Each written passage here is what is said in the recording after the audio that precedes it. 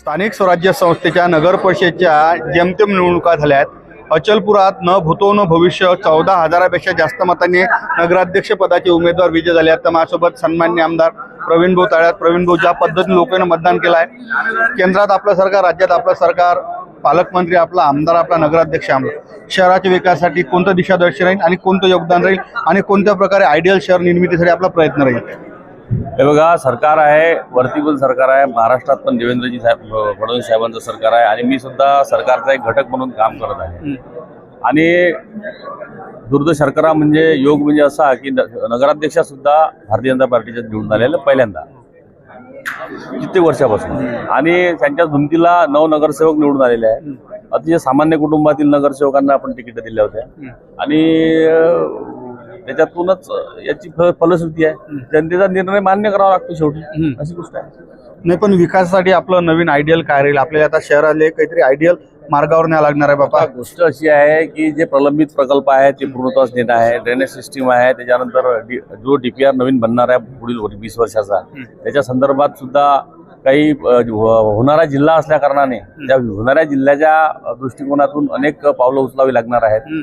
त्याच्यानंतर तांदूर बाजार ते फाटा ते अंजनगाव फाट्यापर्यंतचा जो रोड आता त्याचं काम सुरू होणार आहे लगेच। त्यानंतर आसेगाव पूर्ण ते इथेपर्यंत जो रोड येतो। त्याच्यानंतर भविष्यातलं एखादं 200 खाटापेक्षा आता जास्त सुपर स्पेशालिटी हॉस्पिटल कसं काय इथे येईल, इथं आपल्या इंजिनिअरिंग कॉलेज कसं काय येऊ शकते, इथे MIDCचं पुनरुज्जीवन कसं काय होऊ शकते, इथं रिंग रोड कसं काय मिळू शकतो, बस स्थानकाचं नूतनीकरण कसं काय करता येऊ शकते, त्यानंतर CCTV कॅमेरे कसे काय बसवता येऊ शकतात सुरक्षिततेच्या दृष्टिकोनातून, महिलांच्या, भगिनींच्या, विद्यार्थ्यांच्या आणि सर्वसामान्य व्यक्तींच्या दृष्टिकोनातून CCTV कॅमेरे कसे काय बसवता येतील त्या दृष्टिकोनातून सुद्धा विचार करता येईल। आणि आम्ही सगळे सोबत असून 100% नगराध्यक्षांच्या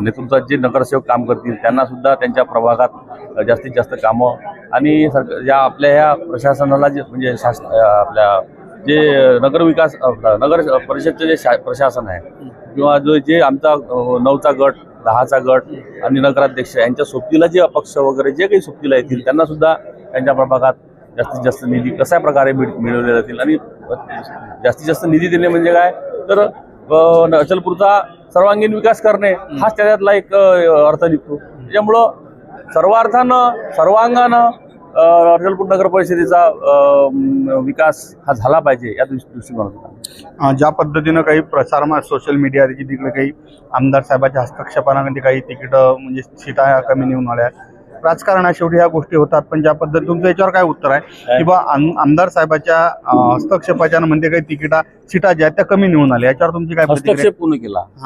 माझा काय हस्तक्षेप आहे? माझा काय हस्तक्षेप मला सांगा। मला जबाबदारी दिली होती आणि आमदाराला जबाबदारी दिली जाते ना, आणि आमदारांनी आणि यांनी जे तिथे इंटरव्ह्यू घेतले, इंटरव्ह्यू कोणी घेतले?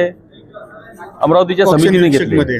मग त्या तिथे जे इंटरव्ह्यूला लोक आले होते त्याच्यात काही वार्डातले लोकच नव्हते, समजा 2-4 वार्ड मधले मुस्लिम बहुल एरियात जवळपास 300 मतं जर समजा एखाद्या प्रभागात असेल आणि 1700 मतं किंवा 1100 मतं मुस्लिम असेल, अशा परिस्थितीत तुम्ही कोणता निर्णय घेणार आहे? म्हणजे तिथे उभा करणे किंवा उभं न करणे। उभं केलेलं असताना त्याचा फायदा हा वरच्या सिटीला झाला पाहिजे, नगराध्यक्ष सिटीला झाला पाहिजे, म्हणून ते सीट टाकले। दुसरी गोष्ट, 7 नगरसेवक हे मागच्या वेळेला निवडून आले होते, त्यापैकी 4 हे निवडणूक लढण्यासाठी अनुकूल नव्हते। 3 नगरसेवकांना रिपीट तिकीट दिल्या, ते तिन्ही निवडून आलेत। त्याच्यानंतर मागच्या वर्षी 3 जण हे 2 नंबरवर होते सेकंड रो असताना, त्यापैकी 2 जणांना तिकीट दिले, त्यापैकी एक जण निवडून आला, एक 40 मतांनी पडला। त्याच्यानंतर सर्वसामान्य जी लिस्ट होती, सर्वसामान्य माणसांनी जे इंटरव्ह्यूला दिलेले होते त्यापैकीच मी त्यांना तिकीट दिलेले आहेत। असं तर काही बाहेरचा कोणत्या पक्षातून आणलेला त्याला तिकीट दिलं असेल तर दाखवून द्या मला। त्याच्यानंतर शीला साखरे ज्या पूर्वाश्रमीच्या भाजप मधून लढलेल्या होत्या, नंतर त्या राष्ट्रवादीवर लढल्या मागच्या वर्षी बेंडनं, त्यांना आता तिकीट दिलं, त्या निवडून आल्या। म्हणजे अक्षय पखालेसारखा एक कॅटरिंग चालवणारा पोरगा निवडून आला। आमचा तो विकी गुप्ता थोड्या मतांनी फरक पडला, चित्रकार थोड्या मतांनी पडला। कसं आहे, यशाचे भागीदार अनेक असतात, अपयशाचा भागीदार कोणी नसतो। त्याच्यामुळे मी जबाबदारी घ्यायला तयार आहे ना, काय घ्यायची ते। परंतु मी प्रामाणिकपणे तिकीट दिल्या आणि कोण म्हणावं की मी कोणाजवळून काही लालूच देऊन काही तिकीट दिली किंवा काही दिली, कोण म्हणून द्या मला. असं माझा हा पिंड नाही आहे, माझा हा विशेष नाही आहे. त्याच्यामुळं मी सामान्य कुटुंबातल्या लोकांनाच तिकीट दिल्या, सामान्य कुटुंबातल्या लोकांनाच निवडून आणण्याचा पाठोपाठ प्रयत्न केला. परंतु कसं असते, डिवायडेशन खाली झालं वर झालं नाही.